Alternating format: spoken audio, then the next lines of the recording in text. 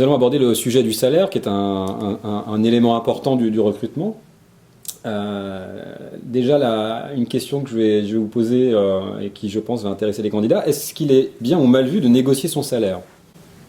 Non, le salaire fait partie de l'entretien, c'est un point important. Nous avons également besoin de connaître sa fourchette salariale pour savoir si c'est un candidat qui serait potentiellement retenu pour notre client. Donc, je ne pense pas que ce soit des questions taboues. Nous, on aime bien effectivement savoir nos candidats, quelles sont leurs exigences pour les positionner aussi correctement. Et puis pour eux aussi, parce qu'il y a beaucoup de personnes qui ont certains revenus et qui ne veulent pas descendre en dessous de certains barèmes. Quel conseil vous donneriez pour la négociation du salaire, justement? Alors, on peut avoir effectivement une fourchette de salaire, on doit aussi cependant rester souple. Il y a certaines PME, par exemple, qui n'ont pas des budgets aussi élevés, importants que des multinationales, mais savoir effectivement proposer au futur employeur une période peut-être de transition, de faire ses preuves durant peut-être 6 mois, voire une année, et aussi peut-être demander en compensation du salaire d'autres formes de participation. Je ne sais pas, au jour d'aujourd'hui, on voit des employeurs qui participent au fitness, qui participent à l'assurance maladie, qui participent au chèque restaurant.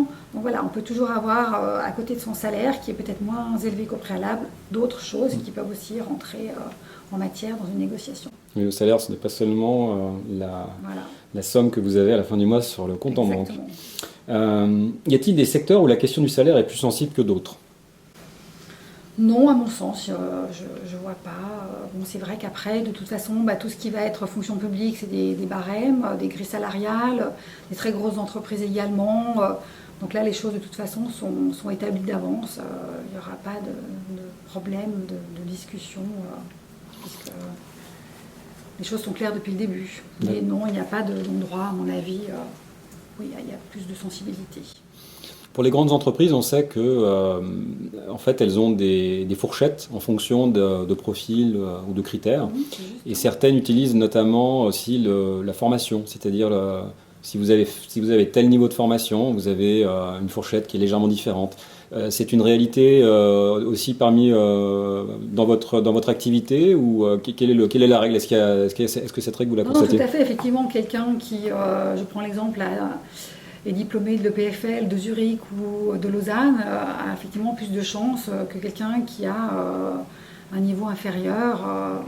C'est clair que ça rentre en ligne de compte dans l'évaluation de son salaire. D'accord, qui sera évidemment plus élevé. D'accord. Donc ça, les entreprises en tiennent compte. Bien sûr. J'imagine les grandes entreprises. Bien sûr.